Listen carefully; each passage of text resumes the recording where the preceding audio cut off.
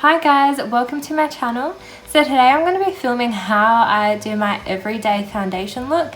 It's a super duper quick routine. I do it every single day and it's super natural. I find it's great for when you're in a rush, before uni, before work, and you just want something that's like an all over coverage but you don't want to feel too cakey.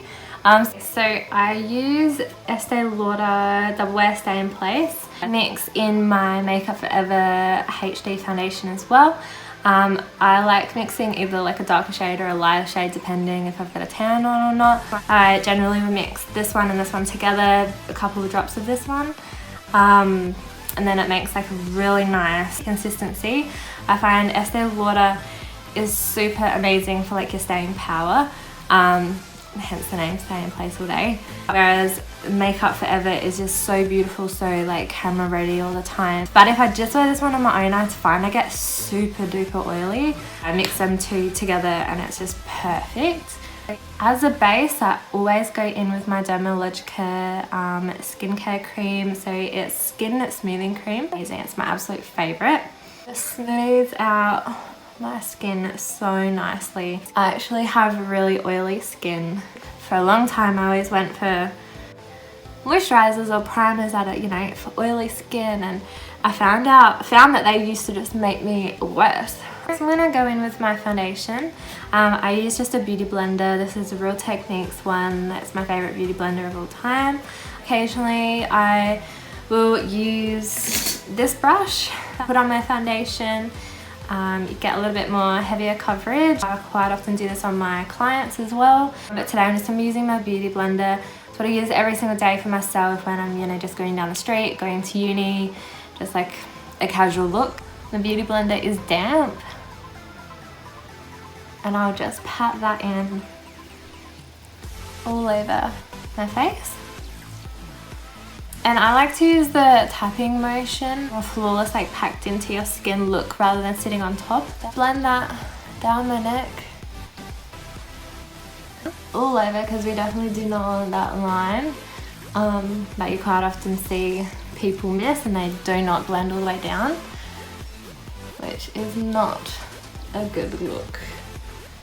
The other day, where was I was at the footy, and my friend actually pointed out to me, oh my god, look at that girl's hairline. So she literally was about here where she started blending her foundation, and up here was white and then it just looked orange and it was very horrible. Like what happens if you wash your hair and you got like a full face of makeup on. Was not a good look. So blend into your hairline, peoples.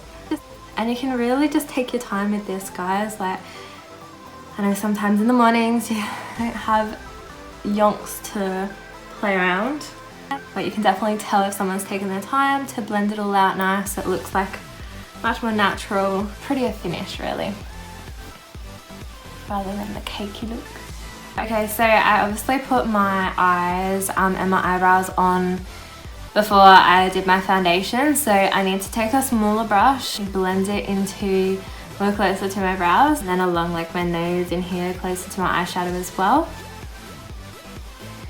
So yeah, just bringing this closer and carving out those brows again.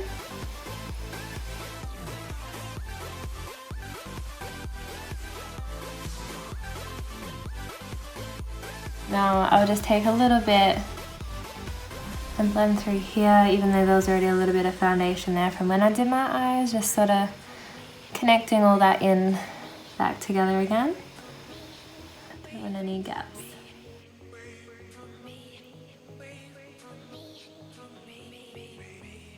Ever so lightly just blending that into my skin again, so it looks all even with the rest. Go in with my beauty blender. This is not what a lot of people do, but I find it works really, really nicely. So you can either use your Fix Plus setting spray or any other setting spray. I particularly love, love, love Gerard Cosmetics Stay All Day, and it's amazing. So gorgeous. It smells, this one's watermelon flavored. Makes me hungry. Give that one a shake.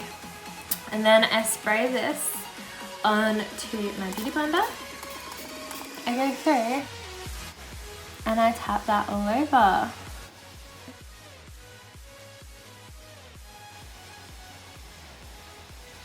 And just set that foundation into my skin.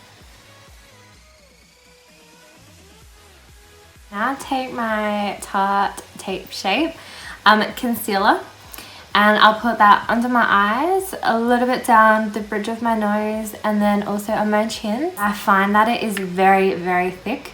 So you see some artists and they put all the way under here and like everywhere, all over their face, but I just do not know how they can blend all that out and not look cakey.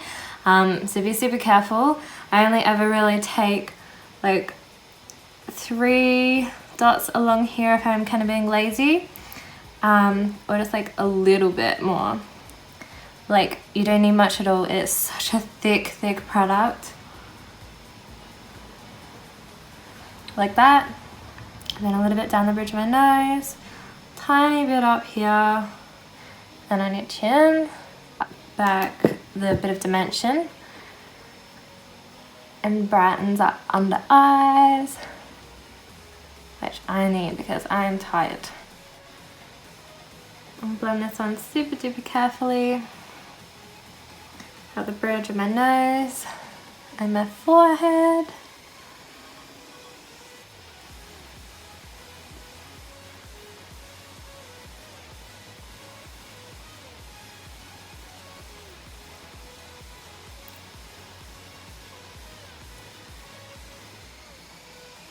See, I have so much product to like work in then.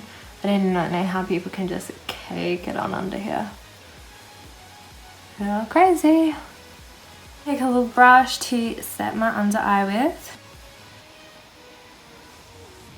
And I just set it along here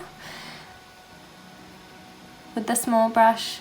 It's easier to get along like my eyebrows and down the bridge of my nose and things with a smaller brush.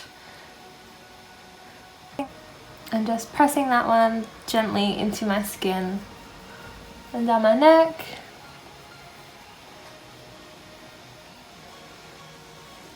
You want to be very careful to not press too hard. You don't want to sort of disrupt your foundation and what's going on underneath. And you don't want brush streaks, bristle streaks through your foundation either, so just gently tapping that in. So this is my full face. Don't usually have this glamour eyes going on, but I filmed for a video beforehand. Thank you so much for watching. I really appreciate it. Have a good day.